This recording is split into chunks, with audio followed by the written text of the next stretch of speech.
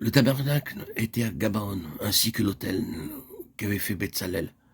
C'est là que Salomon et l'assemblée cherchaient l'Éternel, alors que l'arche était à Jérusalem. 2 Chroniques 1, 3 à 5. C'est à Gabaon que Dieu apparut en songe à Salomon, et que le roi lui demanda la sagesse et l'intelligence, afin qu'il sache se conduire à la tête de ce peuple. Dieu lui accorda, outre ce que Salomon lui avait demandé, des richesses, des biens, de la gloire, comme n'en a jamais eu aucun roi avant lui. 2 Chroniques 1, 7 à 12. C'est après cette apparition que le roi revint à Jérusalem, 2 Chroniques 1, 13, et qu'il se présenta devant l'arche de l'Alliance, et offrit des holocaustes et des sacrifices d'action de grâce, et fit un festin à tous ses serviteurs. 1 Roi 3, 15. Salomon se présenta devant l'arche à son retour de Gabaon, consécutivement à la révélation qu'il avait eue de Dieu concernant le fait que le tabernacle sans l'arche perdait entièrement de sa signification, puisque Dieu n'y était pas.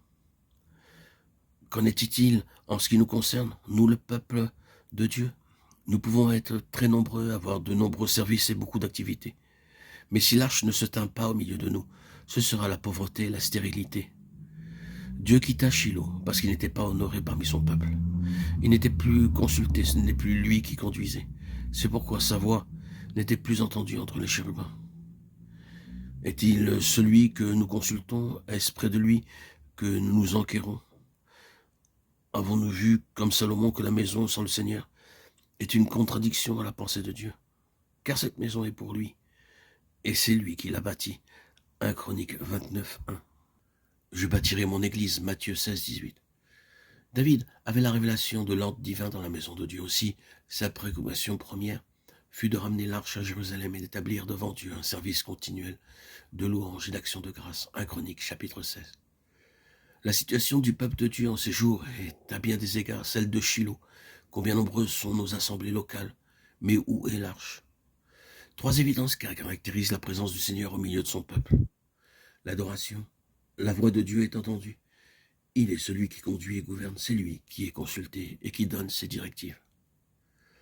Lorsque le temple fut achevé après avoir été exécuté conformément au plan révélé par Dieu à David, Salomon rassembla à Jérusalem les anciens d'Israël et tous les chefs des tribus, les chefs de famille des enfants d'Israël, pour transporter de la cité de David, qui est Sion, l'arche de l'Alliance. 2 Chroniques 5, 2.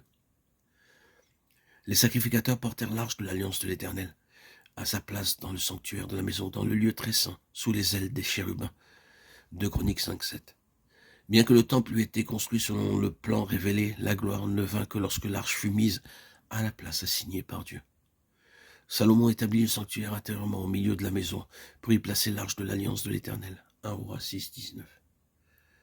La déclaration que fit Pierre le jour de la Pentecôte n'était autre que celle de Dieu concernant son Fils. Que toute la maison d'Israël sache donc avec certitude que Dieu a fait Seigneur et Christ ce Jésus que vous avez crucifié. Acte 2, 36. Et ailleurs, élevé par la droite de Dieu. Acte 2, 31.